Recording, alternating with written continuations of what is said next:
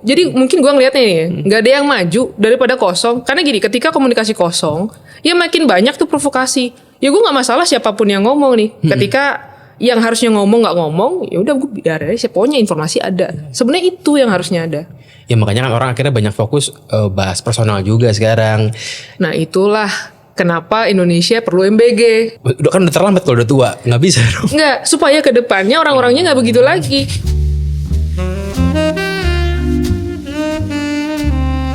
Yo, balik lagi di podcast Bro Gamal. Sekarang karena situasi lagi genting gitu ya, kita harus menghadirkan orang yang bisa membuat hati kita lebih tenang gitu. Waduh. Ini kita kedatangan C. Sylvia Chan. Waduh, ngeri itu kalau saya suruh bikin tenang itu. Karena konten-konten lu kan kadang-kadang tuh kalau gua nonton, oh kita masih baik-baik aja. Nah kadang-kadang gue butuh asupan ini nih. Nah kita mau ngobrol-ngobrol soal itu. Lu kan konten creator yang suka apa ya disebutan ya, membela pemerintah atau apa nih enaknya gitu? Kalau bela pemerintah enggak juga. Kemarin Dadan beberapa kali gue serang tuh masalah MBG. Oh iya, MBG lo anti banget sama Dadan. Gue kritik karena gue ngerasa memang udah aneh, udah nggak wajarnya didukung juga, nggak bisa juga kita luruskan apanya yang harus diluruskan. Maksud gue selama ini gue berusaha meluruskan itu kalau memang benar-benar harus diluruskan. Tapi kalau misalnya udah bengkok, ya kita kritik biar lurus dong. Tapi lu cinta Prabowo lah, maksudnya konten kreator pembela Prabowo lah lebih tepat ya gitu. Iya sih bisa dikatakan gitulah. Tapi lu canggih juga ya, udah lama ngomongin Dadan dan akhirnya ketangkep juga gitu maksudnya. Entah karena, ya mungkin bukan karena lu, tapi narasinya sejalan gitu. Iya. Mantap juga sih. Dan lu tuh udah sejak kapan sih aktifnya, sejak Prabowo nyapres atau setelah malah nyapres? Jadi awalnya itu gue tuh sebenarnya sejujurnya itu orang yang paling introvert. Gue paling kalau begini-begini tuh males awal-awalnya. Cuman gue tuh menemukan beberapa kelucuan gitu ya daripada postingan orang ketika zaman kampanye itu kan banyak banget tuh medsos berubah. Yang dulunya gue ngeliat TikTok orang nari-nari jadi ngomongin politik kan. Gue ngeliat tuh yang masalah kalau nggak salah si siapa tuh, gue lupa, pokoknya masalah SGIE diributin kan. SGIE apa SGI ya intinya gini, kalau misalnya lu paham ya pasti kan lu akan mengerti gitu. Akhirnya gue kayak nge-react ya sesederhana kayak spontan nge-react gitu, dan itu rame. Terus ya udah gue biarin pertamanya. Terus habis itu lanjut lagi nih, ada lagi lucu, gue tanggepin dan itu jadi naik. Jadi kayak wah lucu juga nih ditanggepin. Mungkin bisa ngelurusin atau misalnya cari kasih sudut pandang lain dah kepada orang lain lah. Itu doang sih sebenarnya awalnya. sampai sekarang makin aktif ya, gue lihat. Gak juga sih, segitu-segitu aja. Sekarang kan malah lu udah nge-host podcast ya. Maksudnya lu bilang lu kurang suka, sekarang udah nge-host kan ya? Ya kebetulan ada tawaran kan, daripada ditolak kan. Mantap. Yang gue mau tanya sih sebenarnya simple yang paling utama. Menurut lo kita masih baik-baik aja gitu? Baik-baik aja, dibilang baik-baik aja, gue yakin bahwa pemerintah tuh akan berusaha membuat negara ini ke depan ya. Tapi kan kalau dibilang baik-baik aja, nyatanya enggak. Karena satu, korupsi negara ini masih ada. Birokrasi memang belibet. Sumber daya manusia kita yang menyokong tanda kutip tadi korupsi dan birokrasi yang berbelit-belit itu. Ditambah lagi ya gangguan dari luar, di mana negara kita sekarang mau jalan sendiri, mereka ganggu. Ya udah, kalau bilang baik-baik aja nggak bisa. Tapi apakah kita harus menyerah dengan nggak baik-baik aja? Ya kita harus berjuang kan. Bagaimana caranya, jangan ikut arus yang nggak baik-baik aja.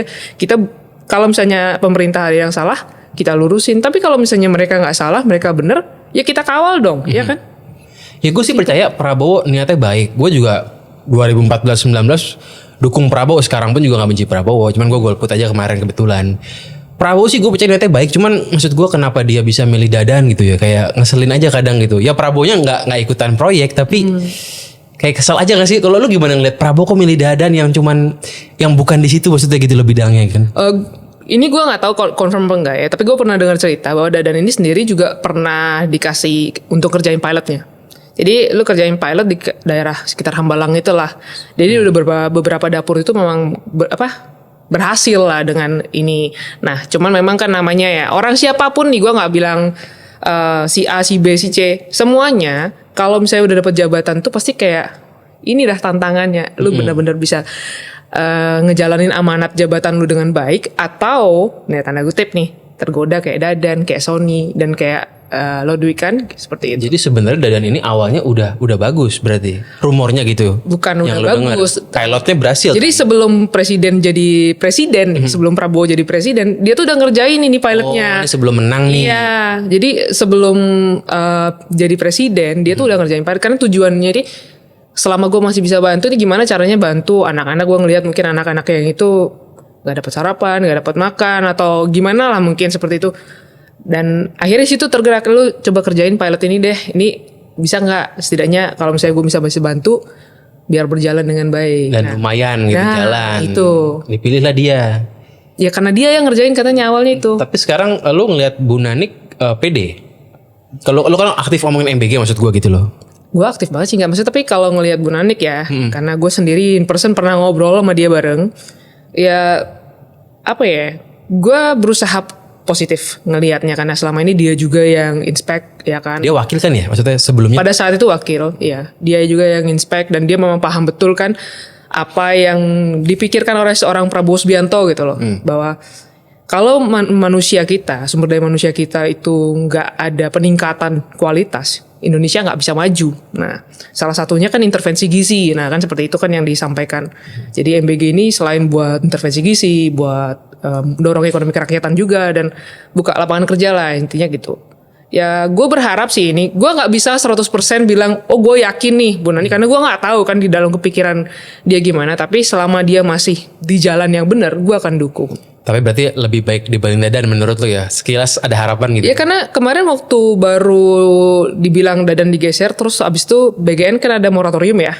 Jadi ada perbaikan-perbaikan yang akan dilakukan dan gue setuju gitu. Karena dari awal memang menurut gue nih yang memang paling penting adalah daerah 3T. Tapi di tengah kota pun gue rasa penting. Karena gini, gak semua orang tua itu paham tentang makronutrisi yang harus diberikan sama anaknya. Kadang-kadang orang tua sekarang gampang, tuh ada nugget goreng aja. Meskipun punya duit ya. Iya. Tapi nggak nyampe juga jadi gitu. Jadi kaya pun tidak menjamin anaknya itu dapat intervensi gizi yang benar. Jadi ya mungkin dengan adanya MBG ini juga bisa membantu. Tapi memang yang lebih memerlukan adalah orang-orang di daerah 3T. Nah ini itu moratoriumnya kan moratorium untuk SPPG baru gitu kan. Apa akan fokus ke 3T doang yang setahu lo ke depannya gitu? Kedepannya akan fokus ke 3T. Only 3T? Gue belum terlalu lihat ya, karena jujur gue nggak terlalu ngikutin karena gue juga banyak kerjaan. Jadi hidup gue tuh nggak cuma belain pemerintah cuy. Banyak orang kira begitu. Jadi banyak orang kira begitu. Gue nggak bakal ngomong sampai gue benar-benar baca gitu. Jadi kebetulan belakangan lagi sibuk, tapi gue ngelihat sekilas di medsos gitu ada moratorium yang akan dilakukan dan fokus utamanya adalah daerah 3T dan beberapa apa ya kayak aturan baru, terus dapur-dapur kayak lebih diketatin lagi. Jadi gue harap ya bisa dikerjakan dengan baik. Ya harapannya sih fokus 3T ya, karena betul. Banyak orang berpendapat bahwa MBG ini memang sih ekonomi kerakyatan, tapi MBG ini kan juga meningkatkan impor sebenarnya. Entah impor apanya, entah piringnya, entah sayurnya kah atau apanya. Mungkin itu faktor pelemahan rupiah juga membantu nggak gitu? Kalau untuk bahan baku sebenarnya di Juknis ya itu harus bahan lokal. Tapi kenyataannya enggak ya, kan. Itu, nah ini kan masalahnya selama ini kan. Pemikirannya di idea itu bagus, cuman implementasinya ini nih. Gue gini ya, orang selalu ngomong belakangan di medsos, rutenya tuh selalu MBG, Kopdes, MBG, Kopdes. Ya. Yes. Maksudnya gini, lo open aja lah pemikiran. Kalau misalnya idenya bagus, ini kenapa nggak didukung idenya supaya diimplementasikan dengan baik? Jadi yang perlu pengawasan, yang perlu governance kan implementasinya sebenarnya. Nah, hal ini kita bisa lakukan bersama gitu loh. Bukannya untuk menghina, mencaci, menghujat. Dan buat gue nggak ada untungnya, nggak ada kemajuan juga daripada lo hujat gitu loh. Kritik-kritik yang membangun. Dan kalau misalnya ada kesalahan yang kayak kemarin kita suarakan, akhirnya dengan masifnya pensuaraan yang benar. Bukan hujatan kan akhirnya didengar juga gitu. Ya mungkin orang yang hujat kan karena ngerasa ada ketidakadilan, ada yang joget-joget dapat duit berapa juta sehari, dia nggak dapat, ada emosi di situ kan gitu. Iya kan harus dipahami juga nih, orang buat dapur bukan uang BUMN loh, bukan uang BUMN, bukan uang APBN, bukan uang APBN. Uang dia sendiri. Iya. Jadi sekarang lu udah bro, lu sekarang buka usaha, lu keluar modal, lu harus balik modal nggak? Harus. Ya udah. Harus untung. Ya udah, harus balik modal kan. Dan buka SPPG itu kan nggak sedikit modalnya. Cuman memang kemarin itu orang juga salah menurut gua, karena di tengah kondisi masyarakat yang luntur kepercayaan sama MBG karena ada beberapa kasus, ya kan, beberapa kasus dia malah seperti itu. Buat gue itu nggak perlu. Kalau lu memang dapat return investment daripada SPPG, ya udah lu cukup itu balikin aja dulu, diem aja dulu. Dengan diem aja iya. ya. Tapi kalau lu disuruh pilih tuh, mendingan buang uang 300T untuk makan atau bikin infrastruktur. Kalau harus memilih, misalnya orang sekarang ngebandingin Jokowi sama Prabowo gitu loh. Jokowi ada sih bikin infrastruktur yang akhirnya nggak jelas, kayak Kertajati, kayak IKN yang dibilang nggak jelas, tapi kan jadi bentuk gitu loh, dibandingkan jadi makanan doang gitu loh. Harus balance sih ya. Sekarang menurut gue ya harus balance. Sekarang infrastruktur nggak berhenti juga. Sekarang kan sebenarnya kita harus paham dulu nih. Ini dana MBG ini dari mana? Dana yang untuk ngerjain infrastruktur tetap, pendidikan tetap. Ini kan daripada efisiensi.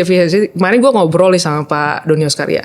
Dia ngomong, kan rapat yang nggak jelas, FGD itu kan dananya banyak banget tuh. Dari situ sebenarnya. Sampai ratusan T itu. Ya sekarang nih gue pernah diceritain. Rapat ada ruang rapat di kantor. Lu pilih hotel di Bali. Percaya tuh terjadi itu. Itu terjadi dan lu tahu itu gue nggak mau munafik. Emang jadi pemerintah kita ini bukan hanya yang elitnya aja, yang di atas aja yang kurang ajar menurut gue. Ini kompleks ya. Iya, yang di bawah. Makanya itu menurut gue kemarin nih obrolan gue sama Pak Doni, yang perlu diperbaiki kita punya ketahanan pangan, ketahanan energi dan sumber daya manusia. Nah ini yang buat gue harus bener-bener ya dilaksanakan semua. Jadi bareng, ya gue sih masih lihat ada project tol tetap jalan, nggak benar-benar hilang sih. Cuma memang tidak semasif eranya Jokowi gitu ya, karena ada pengalihan fokus ke SDM. Betul. Ya sebenarnya sih kalau cerita dengan antara yang impor satu pintu itu berhasil, yang kebocorannya berkurang ribuan triliun, ini sih project murah sebenarnya. Tapi lu kalau ngomongin kebetulan karena lu ngobrol sama Pak Doni itu ngobrolin dengan antara yang ekspor itu.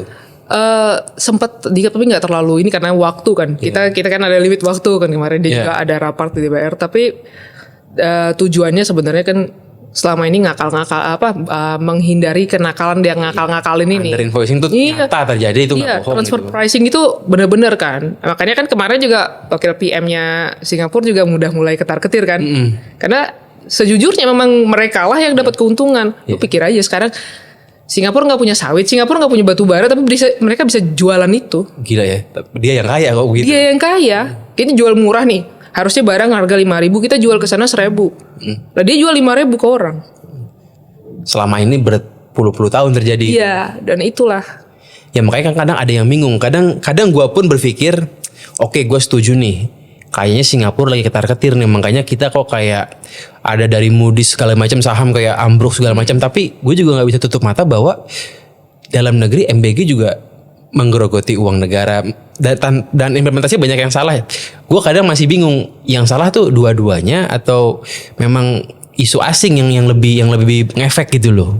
Keduanya sebenarnya harus ada koreksi ya. Jadi kalau misalnya dari asing kita juga harus waspada. Gua nggak real maksudnya terjadi. Real, nyatanya nih ya, itu uang bocor ke sana udah berapa? Itu kenyataan. Kita nggak usah ngomong konspirasi kayak Soros deh ya. Iya. Nggak usah bahas konspirasi masalah Soros dengan adanya laporan bocor dan segala macam, nggak usah.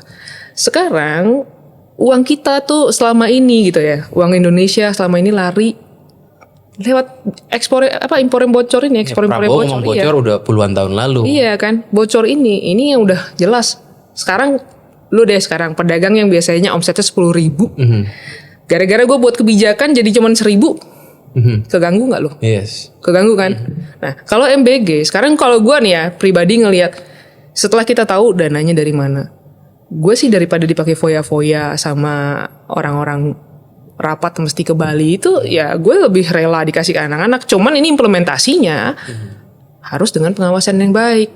Buru-buru juga sih, mungkin masalah elektabilitas elektoral ke depan gitu 2009 juga. Sebenarnya ini gue dengar terakhir, ini bukan buru-buru, dadannya yang brengsek. Jadi gue itu sebenarnya sempat ngobrol-ngobrol sama Kuming. Lu tahu kan Kuming kan, rame kan? Gue ngobrol-ngobrol sama Kuming tuh udah berkali-kali nih nyampaikan di dalam di BGN bahwa ada jual titik, ada ini. Jadi orang-orang nakal ini yang ngasih laporan ABS. Nah, selama ini ada kritik. Ini presiden nih kalau mau nangkepin orang yang korupsi kan istilahnya ya, atau mecat atau apa, kan nggak bisa sembarangan. Oh hari ini gue denger itu, gue gak confirm dulu, gue pecat. Ya kalau benar, kalau salah kan dia juga tanggung jawab kan, istilahnya kayak gitu. Ya Prabowo-nya malah dibilang dan ngomongin lele malah kesenangan dari Prabowo-nya kan, dapat laporan yang Ya itu gini. Satu sisi gue sadar ini orang terlalu baik kata gue. Iya itu. Terlalu baik kata gue. Milih orang juga kok begitu maksud gue Iya, gitu. terlalu baik. Tapi dia juga akhirnya membuktikan bahwa dia nggak peduli. Ini orang dekat gue pun gue sikat nih. Gue berhentiin, besoknya udah langsung kejaksaan maju. Jadi ya buat gue Presiden Prabowo di sini benar-benar berhasil ya. Walaupun buat dia, kata dia kan berat nih buat gue nih orang dekat gue, tapi gue nggak peduli. Integritas dia dijaga sama dia. Tapi kalau kebijakan Prabowo lain yang agak populis yang macam membatasi fee aplikator ojol misalnya, itu juga menurut lo mempengaruhi buruk nggak sih buat ekonomi kita? Jadi orang kan jadi kabur gitu loh kalau di swasta digitu-gituin kan merusak ekosistem bisnis gitu loh. Sebenarnya kalau 8%, gue jujur aja ya, kalau 8% memang gue agak ngitung ya kita dari situ. Dong dia. Tapi tujuannya sih sebenarnya kalau memang bisa apa ya namanya, bisa dikerjasamain lah, istilahnya bahasa bayinya lah ya, dikerjasamain sama aplikator kan sebenarnya bagus sih. Cuman selama ini memang aplikator juga motongnya di atas gini nih. Kan harusnya 20%. Tapi aplikator tuh gak motong 20%. Ada tambahan lain-lain. Ada. Karena gue tuh kadang-kadang dari misalnya dari airport ke sini misalnya gitu. Gue sih iseng-iseng kadang-kadang cerita. Berapa dipotong? Oh ini di aplikasi 200. Dapat gue bersihnya cuma 120. Aplikator kurang ajar juga. Sampai kemarin pemerintah udah kasih ketentuan 8% pun aplikator masih nakal nih. Jujur aja kita tahu kan gitu. Pasti. Iya aplikator masih nakal. Gue udah lihat tuh berapa konten. Bilangnya sih nurut ya. Iya. Tapi akan terus terjadi.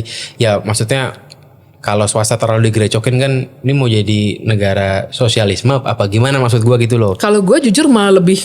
Ayo deh mending sosialis kalian tuh kayak China mau kita maju. Tapi emang bisa di era baru mulai di era ini gitu kan kita udah banyak middle classnya. Ya kalau Cina mulai pas zaman dia miskin kan gitu maksudnya. Ya kalau nggak dimulai gimana? Sesuatu kalau nggak dimulai nggak akan pernah jadi. Tapi buat gue ya balik lagi ya karena Indonesia nganut demokrasi katanya kan. Ya udah mau nggak mau kita ikutin aja. Karena ya, kalau gue bilang ya nih ya demokrasi kita tuh udah lewat daripada demokrasi liberal bah libet gue. Di Amerika sekalipun. Di Amerika sekalipun. Apanya dalam arti apanya? Lu coba lihat aja bandingin gue jujur. Gue suruh bandingin demokrasi liberal di Amerika sama demokrasi kita yang katanya demokrasi Pancasila, lebih liar yang mana? Di Amerika bukan liar juga Donald Trump? Liar, tapi ketika lu liar ditangkap kan? Ketika lu lewat daripada batasan ditangkap kan? Di Indonesia lu misalnya ditegakkan dihukum misalnya, ngomong apa? Dikriminalisasi. Selalu kayak gitu. Lu ngomporin orang buat demo bawa molotov dan segala macam, ditangkap kan sebagai orang yang istilahnya ganggu keamanan. Ngomongnya apa? Dikriminalisasi. Maksud gue gini loh, jangan standar ganda juga. Lu memperjuangkan demokrasi, oke. Tapi ketika orang menegakkan hukum, lu juga nggak boleh ribut. Karena di dalam demokrasi itu juga ada batasan sebenarnya, gitu kan. Cuman emang peluang untuk orang protes tuh ada terus gitu loh. Contoh Pertamax, Pertamax kita lupakan lah naik. Gue udah nonton video lo soalnya. Gue setuju. Tapi kan dolar kayak Prabowo ngomong hal yang nggak penting yang menyulut emosi orang desa nggak pakai dolar dan sekarang udah 18.000 takutnya ke 19 gitu loh. Di era Prabowo ini peluang buat protes kayak lebih banyak dibandingkan era sebelumnya aja kalau dibandingin gitu loh. Sebenarnya sih kita ngelihatnya harusnya lebih luas lagi ya. Kalau memang kayak kemarin sifatnya kan presiden tuh mau menenangin masyarakatnya. Jangan juga dibikin gaduh ketika ketidakstabilan itu muncul. Bukannya lebih gampang celah daripada orang-orang yang mau punya kepentingan itu nggak ngerecokin. Sekarang kalau lu gak stabil, kita tuh sebenarnya udah pernah ngalamin di 98. Ketika gak stabil, apa yang terjadi? Jungkir balik kan. Dan kita perlu balikin itu sekian lamanya. Kalau memang harus ada yang dikritik, Pak tolong dong ngomongnya besok lebih oke, atau mungkin dijelasin lebih detail, atau tujuannya kenapa atau gimana. Tapi kan kita juga gak bisa nuntut presiden untuk menjelaskan satu persatu begitu. Tapi kita juga harus punya pikiran, oh ini sebenarnya arahnya kemana sih? Orang di desa nggak pakai dolar, mungkin secara transaksional tuh bukan dolar, rupiah kan, sehingga kita nggak pegang dolar langsung, jadi nggak kerasa nih. Sebenarnya seperti itu aja. Ya gue sih jujur, gue sih pengen Prabowo mantep lah. Gue pengen Prabowo nih paripurnanya mantep gitu. Cuman memang dia suka ngasih umpan lambung terus kayak buat kita smash gitu loh. Kadang ngeselin juga sih, dan apa ya, lagi-lagi banyak isu-isu yang sekarang juga personal kan, isu-isunya jadi makin parah. Tapi ya kita ngelihat Prabowo itu Seskap kayak dijadiin ajudan. Padahal kan Seskap itu ngurusin kabinet. Harusnya kan bukan Seskap itu yang nempel dia. Nah, itu juga gimana lo ngeliat, apa Prabowo ini memang nggak ada yang ngebilangin isinya ABS semua apa gimana gitu ya? Kalau nggak ada yang ngebilangin, gue yakin ada. Tapi kan mungkin ya karena latar belakang dia militer, kepercayaan itu kan juga ada. Jadi memang dia nunjuk satu orang yang dipercaya untuk mengkomunikasikan kan bisa. Dan memang ya beberapa nih memang kayak nggak kelihatan gitu nih. Gue kayak kemarin ngelihat ketika harusnya ada badan komunikasi yang maju Seskap. Jadi gue juga nggak bisa ngomong, dan itu juga gue kritik. Lu pernah ngomongin soal perseskapan yang kayak gini nih? Maksudnya lu pernah ngeritik itu gak? MBG kan lu ngomongin MBG itu. Persoalan Seskap nih. Seskap tuh buat kabinet loh. Maksudnya dia ngurusin kabinet harusnya. Ya mungkin gini, karena udah nggak ada yang maju. Jadi mungkin gue ngeliatnya nih, nggak ada yang maju daripada kosong. Karena gini, ketika komunikasi kosong, ya makin banyak tuh provokasi. Ya gue nggak masalah siapapun yang ngomong nih. Ketika yang harusnya ngomong nggak ngomong, ya udah gue biar aja. Pokoknya informasi ada. Sebenarnya itu yang harusnya ada. Ya makanya kan orang akhirnya banyak fokus bahas personal juga sekarang. Nah itulah kenapa Indonesia perlu MBG. Udah terlambat kalau udah tua, nggak bisa dong. Nggak, supaya ke depannya orang-orangnya nggak begitu lagi. Masa mau pelihara yang begitu mulu? Iya, tapi memang umpannya banyak aja sih itu yang gimana ya? Gue tuh benar-benar pengen Prabowo bagus, tapi memang belain Prabowo tuh susah loh jujur. Lo gimana ngelihat, apa lebih gampang nyerang Prabowo menurut lo? Kalau mau nyerang gampang, mau nyerang siapapun gampang.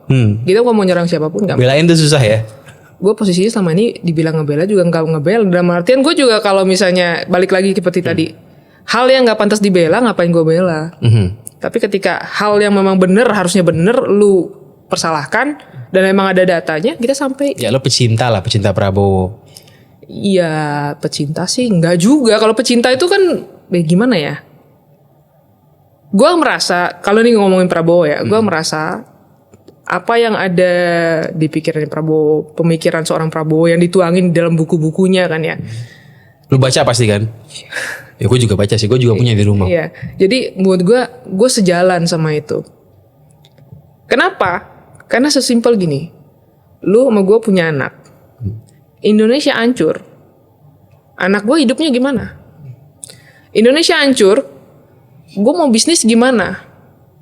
Bisnis gue misalnya gue punya apa gitu, ekonomi nggak bagus, terus lu mau hidup gimana? Setuju, jangan sampai kerusuhan. Gue juga nggak mau besok ada demo terus kenapa-napa. Gue juga nggak mau, jangan sampai. Sesimpel itu. Untung tahun lalu selamat gitu maksudnya.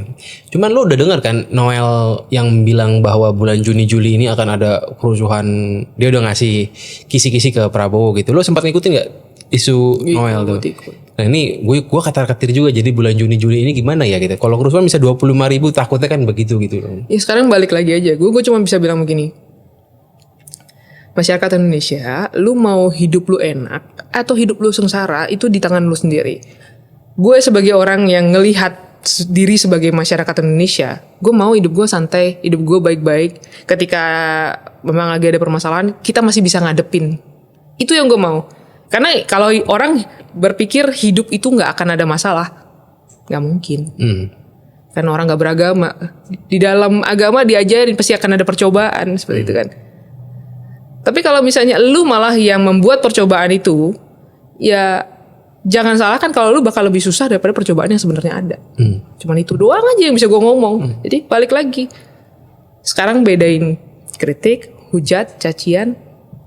Itu kembali lagi ke masyarakat. Kadang sih ada yang bilang ya mungkin lo kalau middle class masih bisa survive nih. Tapi kan kalau kaum yang di bawah, naik 4.000 Pertamax tuh memang berat banget. Mau beli Pertalite pun gak ada barangnya gitu loh. Kadang ada POV kayak begitu loh. Lu enak bisa ngomong kayak gitu.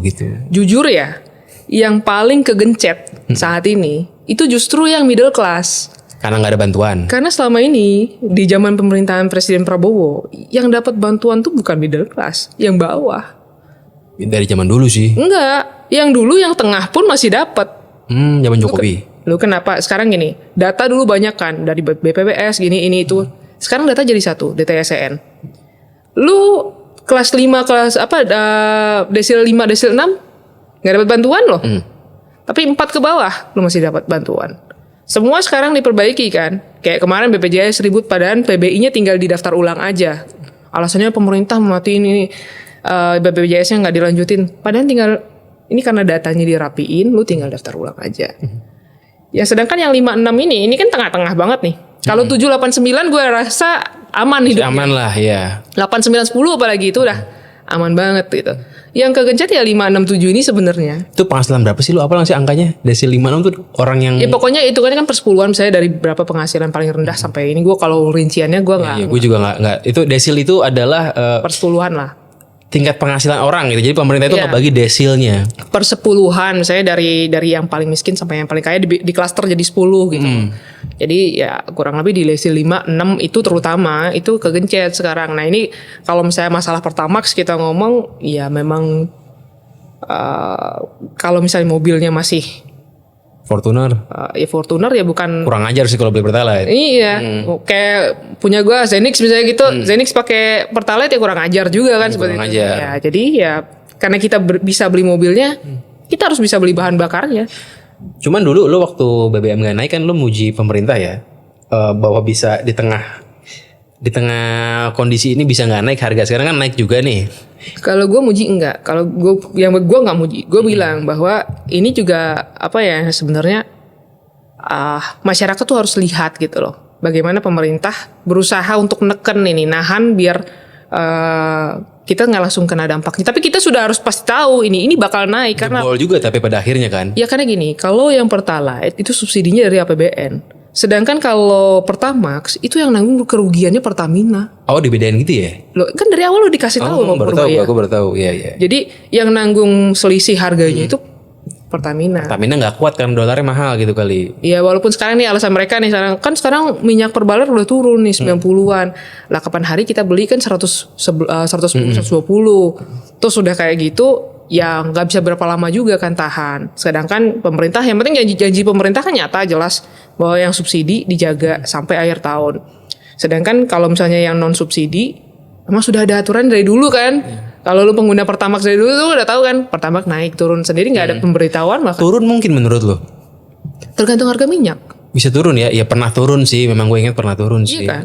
Nah kalau Pak Bahlil sendiri menurut lo overall orang top bukan nih menurut lo? Gua kalau Bahlil gue nggak komen, gue kalau Bahlil sumpah Nggak ngikutin atau gak ngikutin, gue nggak ngikutin. Jadi gue tuh lebih kayak isu in general aja, nggak personal. Oh gue dia kan bisa jaga ya SDM kan, dia bantu jaga bensin juga tapi kira naik juga. Tapi lo nggak ngikutin terlalu detail kalau soal gini deh, Pak Bahlil gitu ya? kita nggak usah ngomongin Bahlil Bahlilnya nih ya. Ya ini kan kita ngomongin minyak yang harganya udah satu dunia sama minyak mentahnya. Sekarang pemerintah janjinya apa? Subsidi untuk yang subsidi, yang non subsidi emang sesuai aturan. Dan gue apresiasi kemarin mereka tuh bisa tahan berapa bulan tuh. Nggak sedikit loh, satu hari berapa loh subsidi selisihnya. Nah itu kan nggak dipikir sama masyarakat. Kan nggak mungkin juga istilahnya walaupun BUMN bisnis nggak cari cuan. Apalagi sekarang kan kalau dibilang cuannya kan mau diinvestasiin lewat Danantara tadi. Untuk apa? Untuk bisa lagi ngasih return ke masyarakatnya, untuk bangun masyarakatnya. Ya, harapannya begitu ya. Iya harapan kita semua begitu. Seandainya Pak Prabowo nggak lanjut 2029, menurut lo program-programnya bakalan stop nggak ya? Danantara, MBG apa udah diketok nggak bisa stop gitu? Kalau untuk Danantara gue yakin sih lanjut. Tapi kalau yang lainnya gue nggak tahu karena kedepannya Pasti kan yang beda orang. gitu ya. Tapi gini ya, gue tuh nggak peduli siapapun yang memimpin, gue akan dukung. Karena percuma juga gue ngeributin dia gitu loh. Misalnya, wah kemarin pilihan gue si A, ternyata yang menang si B. Terus gue recokin dia memimpin. Apa yang gue dapat dari malah ketidakstabilan. Balik lagi. Meskipun yang lo nggak suka juga. Contoh gak usah jauh-jauh, gue di Bali nih. Kemarin gubernur Bali yang naik itu bukan pilihan gue. Lo aktif mendukung tuh. Gue mendukung yang satunya. Iya mendukung lawannya gitu. Tapi ketika dia naik, yang gue kritiknya apa? Kebijakannya, tindakan-tindakan yang gak tepat. Kenapa kita harus kritik? Ya memang karena kita masyarakat. Tapi yang kita kritik bukan personalnya. Wah ini lu gubernur apa item jelek, apalah yang seperti dilakukan masyarakat sekarang kan. Tapi Gubernur hitam. nggak, ini contoh. Iya. Tapi kan yang Ada yang begitu ya. terjadi ini kan ke presiden, presiden gini, seskap begini, itu kan nyerang personalnya. Tapi kalau gue kemarin, nih gimana nih Pak, lu ngurusin masalah sampah, bikin kebijakan begini, tapi ininya nggak lurus, ya itu kan artinya kita memberikan pertanyaan yang harusnya lu jawab gitu loh. Lu sendiri orang Bali berarti ya? Gue KTP Bali sih. Itu Bali lumayan juga sih bikin peraturan sampah lebih dulu dibanding daerah lain di Indonesia tuh. Tapi lu nggak tahu pelaksanaannya aja di sana. Tapi nggak tahu pelaksanaannya. Kurang bagus. Iya, sekarang gini, manajemen sampahnya juga nggak diurus. Yang awal dibikin 2019 nih, nggak boleh pakai kantong kresek. Bertahan cuma berapa bulan, kantong kresek beredar lagi. Yang sekarang udah nggak boleh buang sampah ke TPS gitu kan? Jadi dia nggak boleh buang sampah ke TPA. TPA nggak boleh. Sampah organik sebenarnya. Sampah organik nggak boleh. Sampah organik. Residu boleh dong kayak yang lain-lain. Tapi kan selama ini kan orang karena dicampur dan segala macam. Nah ini nih dari mereka juga nggak ada solusi. Yang dibikin solusi adalah ini nggak boleh air minum kemasan ya di bawah 1 liter nggak boleh pakai botol plastik. Yang kayak gitu diurusin, maksudnya lu urusin dulu aja ini peraturannya tentang bagaimana manajemen waste-nya. Kan harusnya kan seperti itu dulu. Barulah nanti bikin aturan botol lah atau apalah. Itu lo nggak dukung gubernur yang sekarang bukan urusan karena partai kan? Apa lo memang ada condong lebih dukung yang grup Prabowo gitu maksudnya selama kemarin pilkada serentak gitu? Bisa dikatakan iya. Bisa dikatakan iya. Karena kebetulan gue sejalan dengan visi misinya. Dan kan kalau kita lihat kan orang kalau punya satu visi misi sama pemerintah pusat kan otomatis lebih gampang berjalan programnya. Lebih nggak direcokin kali. Iya bisa jadi dikatakan. Lebih nggak direcokin. Kita nggak tahu siapa yang ngerecokin nih. Mungkin kalau presiden tuh seperti nggak ada partai-partai sama Gubernur Jakarta juga bilang nggak ada, lu nggak ada partai-partaian sekarang, lu kita barengan, kita Indonesia. Zaman Anies kan ceritanya kan. Kenapa sih mesti nyebut-nyebut dia gitu? Lo gak suka sama Anies? Zaman Anies kan isunya tuh direcokin gitu loh. Jadi banyak yang terjegal gitu loh. Karena emang gak sejalan gitu loh. Atau mungkin kebijakan yang dibuat itu malah justru bertentangan dengan kebijakan pusat. Ya bisa juga begitu. Kita jangan ngomong dijegal dong. Kita lihat kebijakannya sejalan nggak. Kalau kebijakannya sejalan, gue yakin pemerintah pusat dukung. Iya, tapi kan politik ini kita nggak bisa pura-pura nggak tahu lah. Iya sih. Ada potensi jadi capres segala macam kan, itu nyata gitu loh pasti. Ya, tapi kan kalau gue nggak tahu ya, gue bukan orang Jakarta, gue nggak bisa nilai secara utuh gitu kan. Ya memang ada pertanyaan-pertanyaan lah daripada hal-hal yang dibuat. Ya nggak sempurna, betul nggak sempurna. Ya tapi ya udah balik itu juga udah lewat sih kata gue. Nah ini menurut lo kan sekarang partai pada adem ayem semua nih. Even PDI pun kan maksudnya ya diem-diem aja ya. Di parlemen nggak ada ngomong apa-apa. Tapi menurut lo apakah semua partai benar-benar diem atau main di belakang pakai influencer segala macam tebak-tebakan lo gitu? Atau lebih ke uang Soros gitu misalnya. Gimana kalau lu aja yang jawab itu? Gua kurang tahu itu masalahnya. Tapi uang Soros tuh mungkin nyata kan. Maksudnya nggak gini deh. Klise itu kan, pasti ada kan. Gue kalau masalah Soros ya, kita kan nggak bisa tutup mata nih. Ini filantropis, lembaga filantropis dia kasih duit ke NGO dia punya kepentingan ya. lah gitu. Sekarang gini aja. Siapapun yang melakukan sesuatu harusnya sama-sama saling transparan kalau memang benar-benar mau bangun bangsa ini. Ini sekarang duit masuk dari luar, bikin satu kayak film misalnya. Tujuannya bikin film ini apa? Kan filantropis, emang untuk ngasih aja gitu loh. Loh iya ngasih aja, tapi yang di sini di NGO-nya tujuannya bikin begitu apa? Lu kalau misalnya gini deh, ini podcast, mau ngapain sih sebenarnya? Pasti punya tujuan kan? Ada tujuannya. Ada tujuannya kan? Nah, bikin film pun ada. Membuka mata masyarakat. Membuka mata masyarakat untuk apa? Supaya protes bahwa ini ada kezoliman misalnya gitu. Apakah bisa satu sisi doang lu kasih? Kayak gini nih. Lu kemarin ngundang si Ferdian, sekarang ngundang gue. Buat apa? Untuk kasih perbandingan. POV. Iya, POV. Nah, ini sekarang bikin film ini tujuannya apa? Kalau lu fair, kanan kiri lu undang. Kalau itu kan dari satu sisi doang kan. Dia bilang bahwa begini begitu. Bahkan ya footage yang ada di film itu gue nonton kan. Itu kadang ada 1-2 yang nggak sesuai sama tempatnya. Jadi, ayolah Fair-fair aja, buka aja kalau memang mau benar-benar ingin Indonesia diperbaiki, buka aja datanya semua. PSN-nya mana? Di mana kerja PSN itu? Terus berani nggak buka video-videonya kelompok separatis yang sampai ngebantai masyarakat di sana? Ada tuh ya? Ada. Dan gue lihat. Gue nggak nonton sih kalau itu. Perlu mau. Waduh, takut ah. Ya, gue sih percaya sama cerita elit global itu ada sih, gue percaya. Ya nggak se ya ada lah, elit global tuh bukan yang nggak ada ya, Ada. mungkin ya. Ya. Lo sendiri gimana nih, udah terlanjur aktif di politik, lo melihat diri lo di 2029 kan kayaknya sayang aja kok. Kayaknya agak bohong kalau nggak dilihat. Sayang nggak sih udah nyebur, maksud gue gitu. Lo udah nyebur, kenapa nggak? Lo punya nama lo, maksud gue lo punya bargaining power kalaupun mau nyalek segala macem. Ya.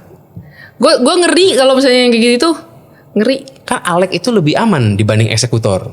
Enggak, karena gini, gue baru bilang tadi, siapapun yang diberikan kekuasaan itu punya godaan, dan gue nggak mau diri gue tergoda dengan hal-hal kayak gitu. Sebenarnya sih kalau Alek godaannya nggak besar sih, karena kan Tetap aja, kan ada wewenangnya godaan. nggak besar gitu. Kan tetap ada kan. Banyak kok buktinya yang orang-orang di DPR yang nyalagunain. Nggak ada berita ketangkap kan dibanding eksekutor, Ada lah. menteri. Walaupun nggak sekarang kan sebelum-sebelumnya Iya, sebelum ada. sih. Jadi nggak kepikiran sama sekali loh. Enggak, sumpah. Udah nyebur begini. Enak kayak gini, gue mau kritik siapapun bebas. Partai juga nggak ikut kemana-mana. Iya kan? Ada afiliasi aja lah paling gitu. Dan wajar aja kalaupun ada gitu. Afiliasi sesungguhnya enggak. Gue deket gini ngomongnya. Gue kenal sama anggota DPRD PSI kenal. Anggota DPRD ini kenal, DPRD itu kenal. Bahkan nih, ini host podcast bareng sama gue orang PDI. Oh iya. Iya, Anggi Pasaribu orang PDI. Apakah artinya gue harus ikut PDI ataukah harus ikut? Enggak, gue bebas aja. Cuma mungkin gue lebih sejalan sama sudut pandangnya si A, si B. Saat ini. Iya. Dan bisa berubah kan. Bisa. Ya karena kan politik ini dunia terbolak-balik gitu ya. Ada rumor misalnya Anies Gibran 2029 itu kan dunia terbolak-balik gitu kalau terjadi. Ya nggak terbolak-balik dalam politik biasa aja. Ya iya aja. Cuman lu gimana kalau ngeliat Anies Gibran beneran gitu misalnya, itu kan Ya nggak masalah. kayak aneh aja buat orang yang baru ngikutin tuh. Kok Anies sama Jokowi kan gitu. Ya di dalam politik itu kan, politik balik lagi, politik apa sih? Satu jalan untuk cari kepentingan bersama. Ya mereka mungkin punya kepentingan bersama yang sama, ya mereka gabung jadi satu. Jadi buat gue itu bukan hal yang aneh. Prabowo Anies kan nggak ada menutup kemungkinan gitu loh. Gue gini ya, in person gue nggak benci sama Anies. Tapi selama ini tindakan-tindakannya dia itu yang gue nggak suka. Provokasi yang menurut gue provokasi ya.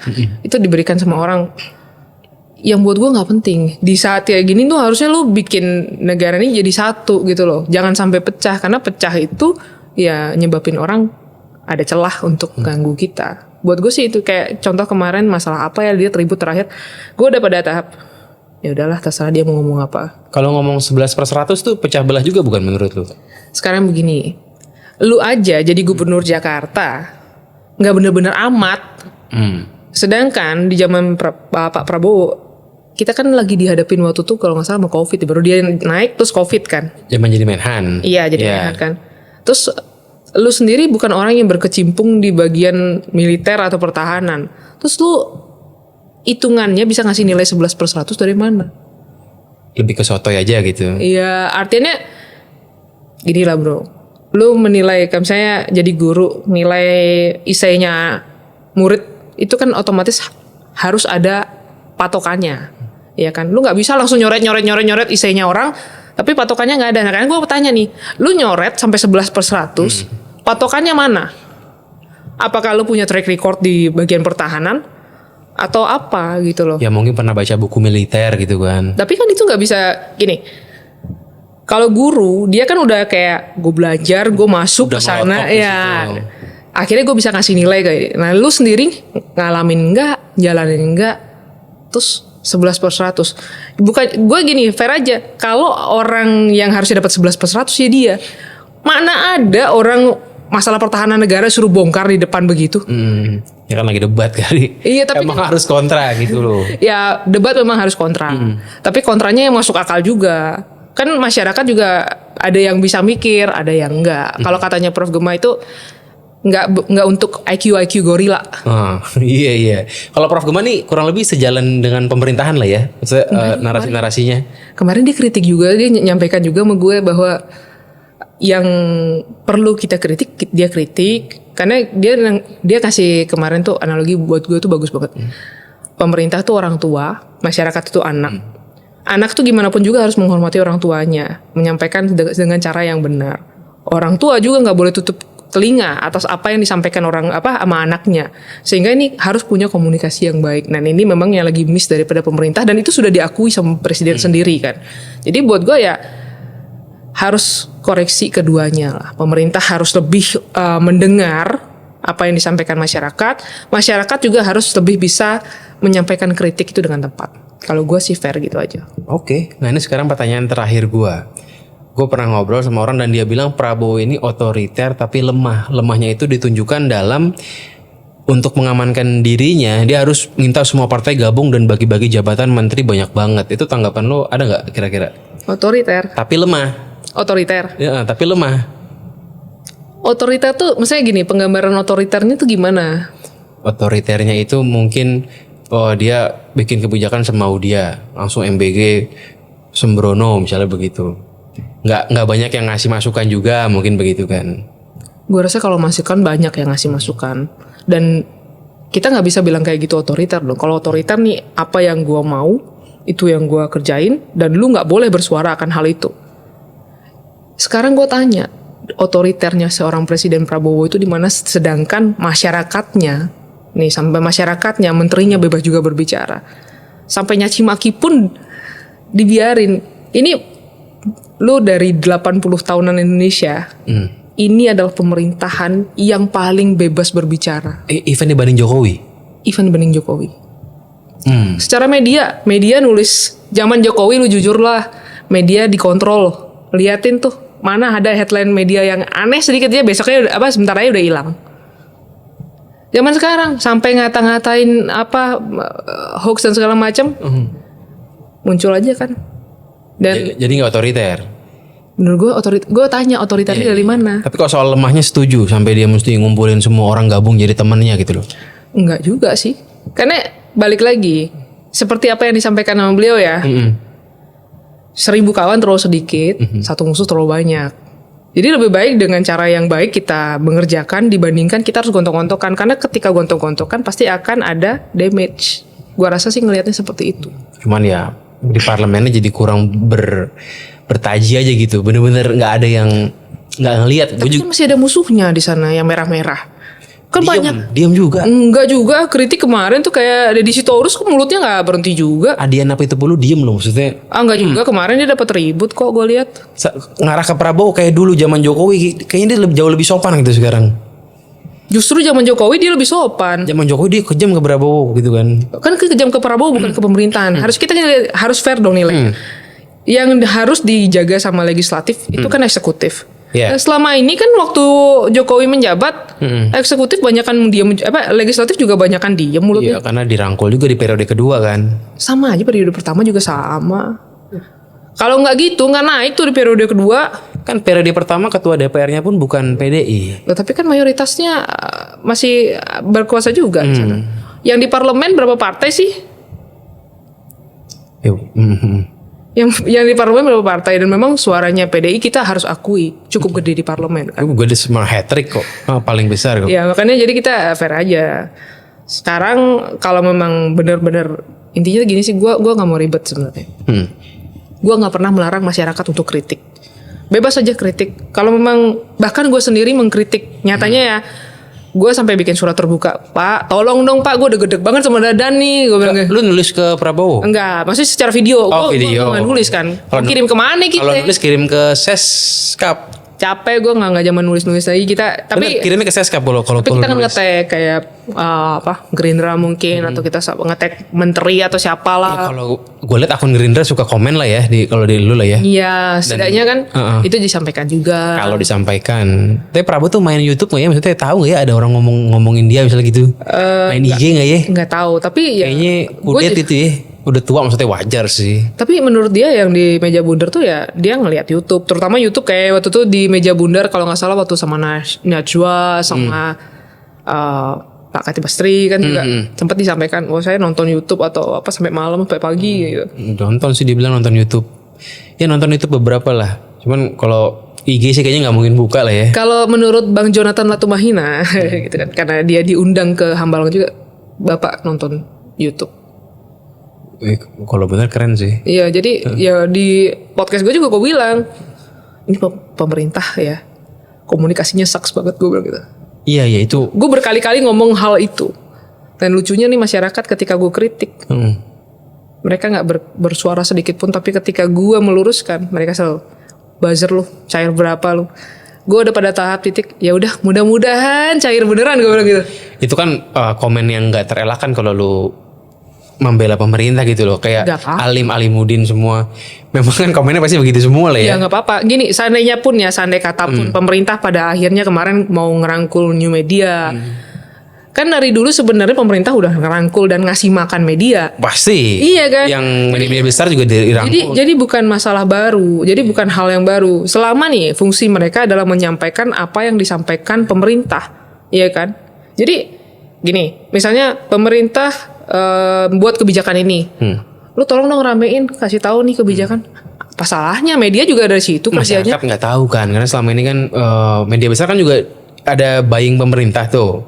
Tapi kan nggak kayak Tempo yang kalau iklan ada tulisan info Temponya kan, orang jadi nggak tahu kalau selama ini media besar pun ya ada promosi pemerintah, tiap rezim sama aja gitu loh maksudnya. Iya sama aja, karena jujur aja. Jadi kita kalau jangan tutup mata gitu. Selama ini pemerintah tuh selalu ada dana untuk komunikasi. Pasti. Kalau nggak mati juga media. Iya. Tapi new media kenapa alergi menurut lo? Sebenarnya sih lebih mungkin kepada takut label itu. Label yang diberikan netizen kita sebenarnya. Itu menyeramkan banget, kayak label PKI seakan-akan gitu loh. Iya, padahal sebenarnya kayak media besar kayak Tempo kapan hari tuh sempat kan muncul surat advertorialnya yang ke Komdiji kalau nggak salah. Ada tulisan iya itu kan? iklan sih. Iya. Iya kan nggak ada bedanya sebenarnya. Cuman formnya sekarang karena kita udah berubah ya.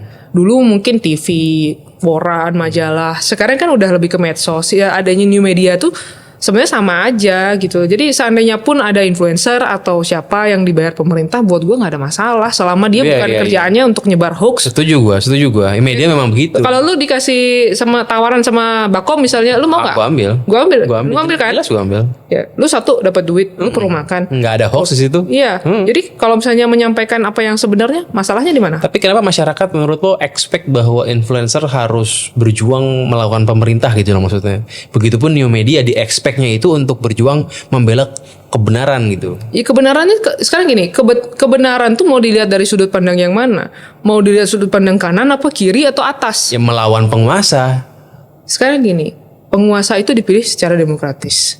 Kita nggak perlu melawan penguasa, tapi mengawasi penguasa supaya nggak menyalahgunakan kekuasaan yang dia punya. Kalau misalnya penguasa sampai menyalahgunakan kekuasaan, itu yang bahaya. Tapi kalau misalnya penguasa menjalankan kekuasaannya dengan sebenar-benarnya, sesuai dengan tujuannya katanya mau maju, ya kan nggak ada masalah. Iya kan? Coba China, dia nggak bisa milih, nggak bisa apa, tapi ketika presidennya bekerja untuk masyarakatnya, apakah kita harus mengganggu presidennya? Kalau di China nggak boleh ganggu kan? Nggak, jadi maksudnya bukan gitu. Maksudnya kita lihat, apakah ketika presidennya benar-benar kerja buat masyarakatnya itu harus kita ganggu? Ya nggak perlu kan. Sebenarnya kalau kita ganggu pun akhirnya gini, gue ngibarat itu kayak kapal.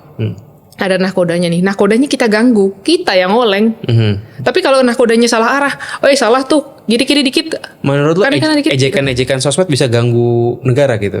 Ejekan-ejekan yang ya hoax segala macam itu kan cuman ejekan sosmed mentok gitu loh. Kan bisa buktinya udah berapa kali diangkat sama media asing.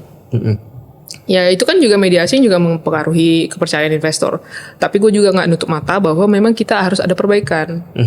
Itu kan udah gue bilang di awal bahwa tadi ya bukan perbaikan bukan cuman yang di elit-elit atas aja, tapi dari bawah juga. Contoh ketilang, Pak. Nih ya segini aja, nggak usah pakai surat. Ya semua orang mungkin pernah begitu kan. Masyarakatnya bermasalah, polisinya juga bermasalah. Ini gue nggak ngomong ini ya, ini oknum kan ada aja yang begitu. Kita sebut oknum biar aman ya. Iya oknum. Terus masalah apa juga masalah lain ngurus ini di kantor desa, ada aja oknum begini, oknum begitu.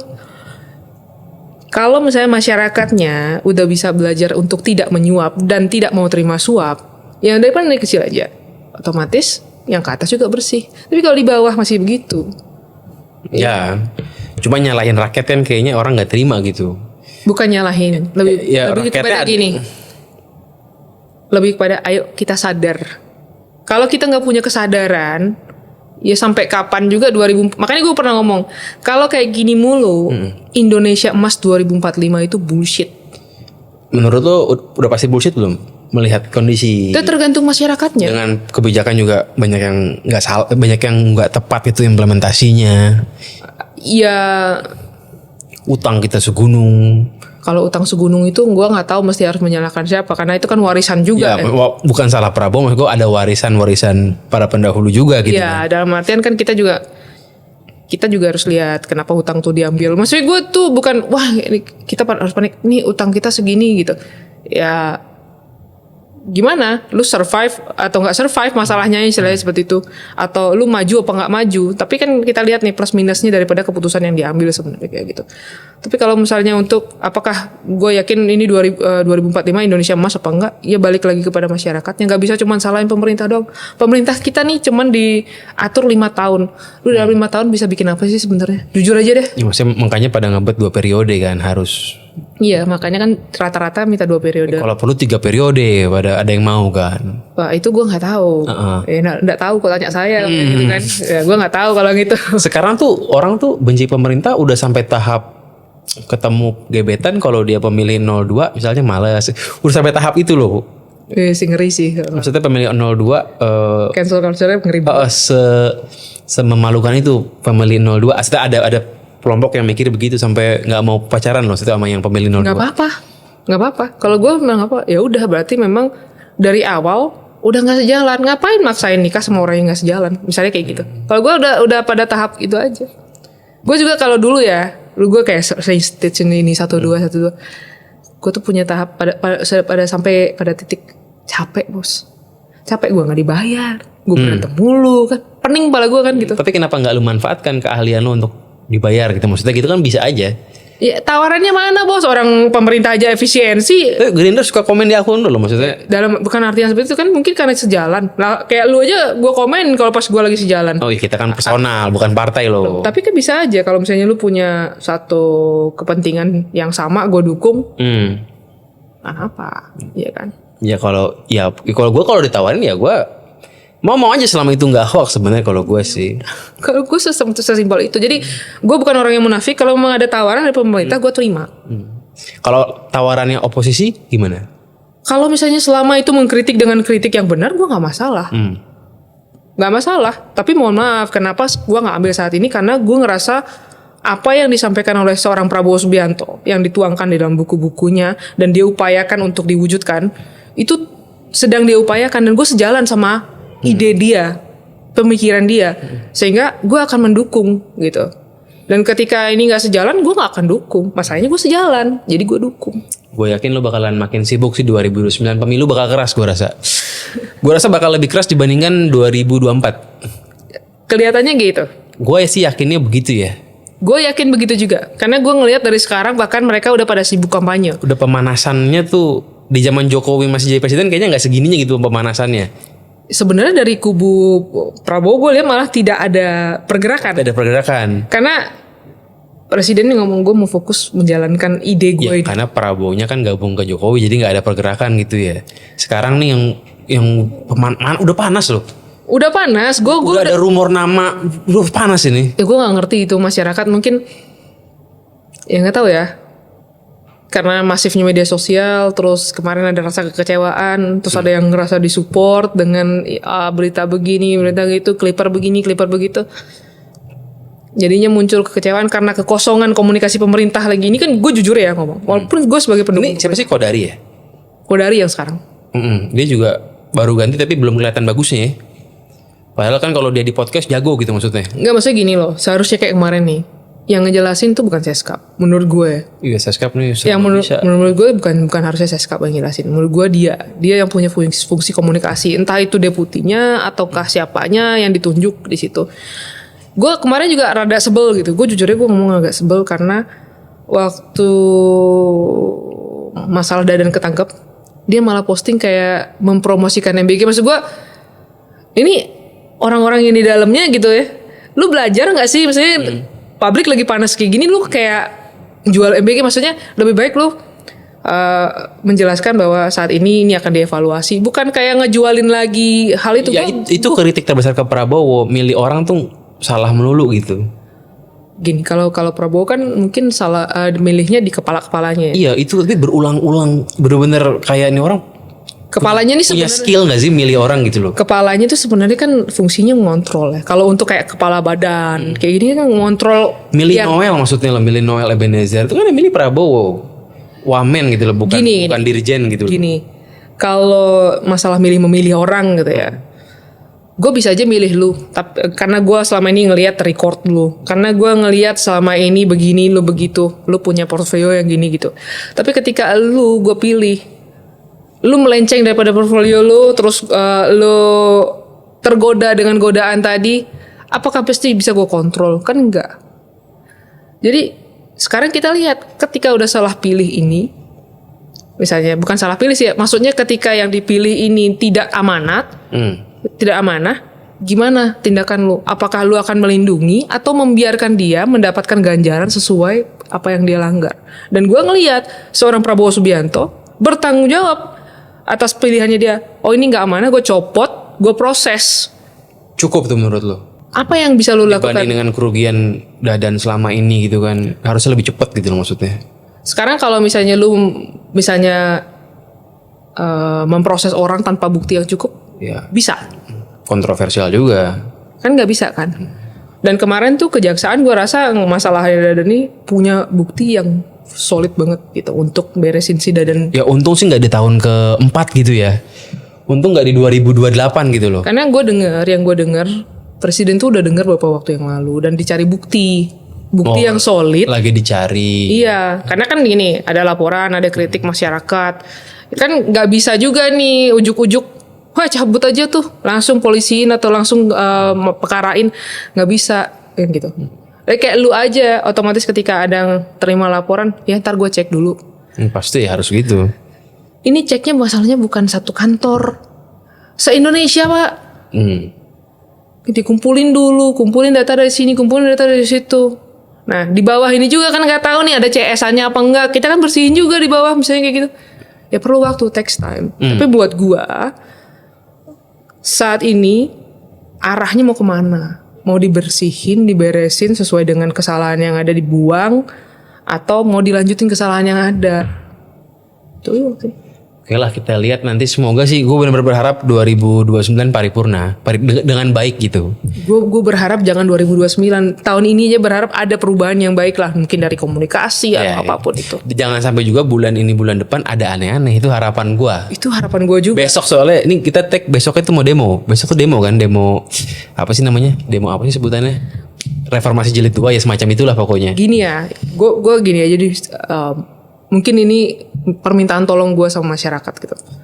Kalau mau demo silahkan aja. Tapi kalau lu sampai berpikir untuk buat ricuh, buat kacau, sampai mau kayak reformasi gitu ya. Coba lu ambil waktu 5 menit aja berpikir, apa sih keuntungan daripada reformasi yang kemarin? Apa sih yang lu dapatkan daripada reformasi itu? Kecuali nih, cuman kebebasan nyaci maki seperti sekarang. Korupsi nggak hilang, korupsi makin mungkin membatalkan produk hukum yang dibuat. Contoh produk hukum terbaru, Prabowo bikin peraturan masa jabatan Kapolri itu loh. Lu udah lihat belum? Gue jujur belum lihat. Ah itu nanti mungkin bisa lu kontenin tuh, karena itu gue juga bingung mau, kalaupun gue mau belain tuh nggak bisa dibelain gitu. Seakan-akan kayak dibikin pengen Kapolrinya dia terus gitu. Nah itu kan juga udah mungkin tujuannya POV pendemo untuk membatalkan produk hukum yang baru dibuat, bisa jadi gitu. Kalau yang gue lihat kemarin reformasi jilid 2 kan yang diributin masalah rupiah dan IHSG yang jebol kan. Jadi kalau misalnya alasannya ke sana, lu lihat effortnya pemerintah udah ngerjain apa, dan memperbaiki kondisi ekonomi makro sebuah negara itu nggak bisa kayak lu bikin skripsi aja 18 hari nyampe nggak sih, beres nggak sih? Nggak beres Kan, apalagi betulin negara dengan kondisi tekanan dari luar, tekanan dari dalam. Tekanan dari dalam tuh gue nggak bilang cuman elit lo ya, termasuk yang tadi kayak tadi itu.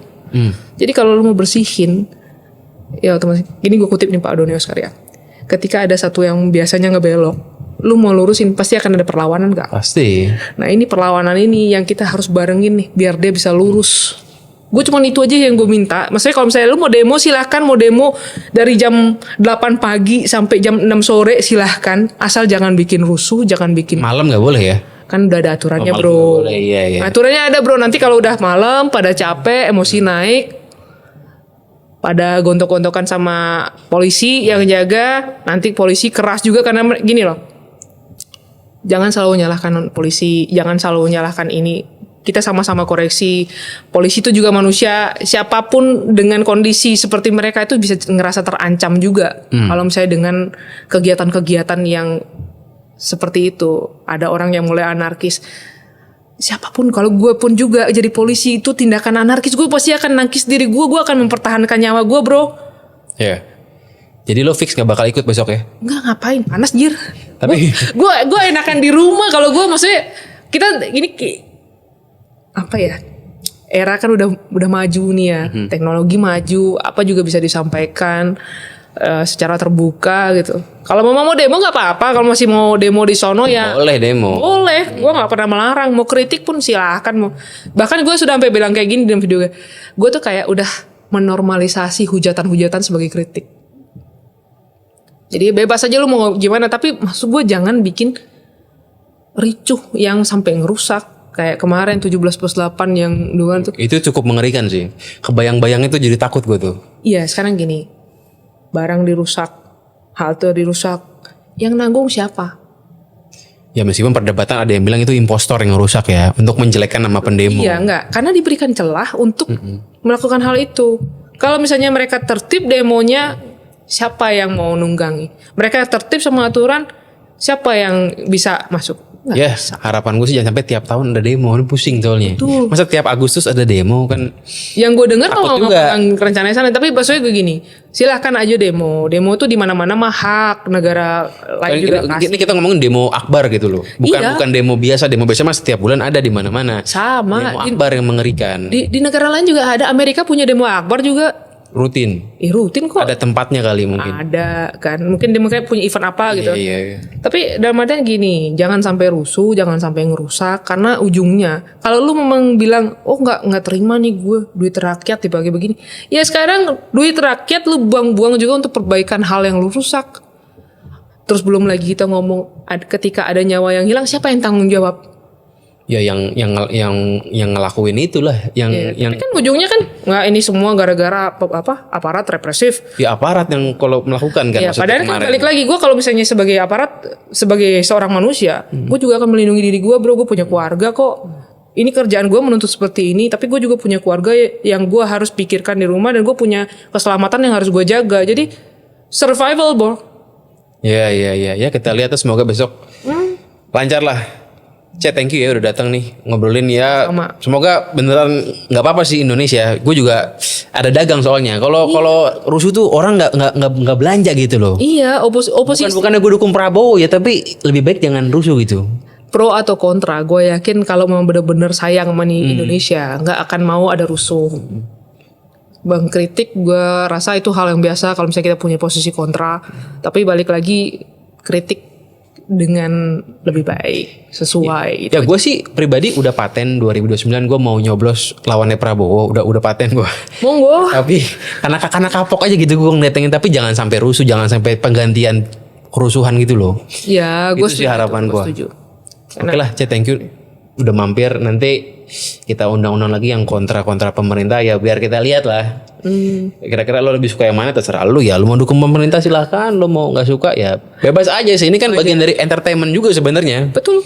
Ini dunia entertainment lo, kita ngomongin politik sebenarnya seru-seruan. Seru-seruan. Thank you. Kita ketemu lagi di podcast selanjutnya.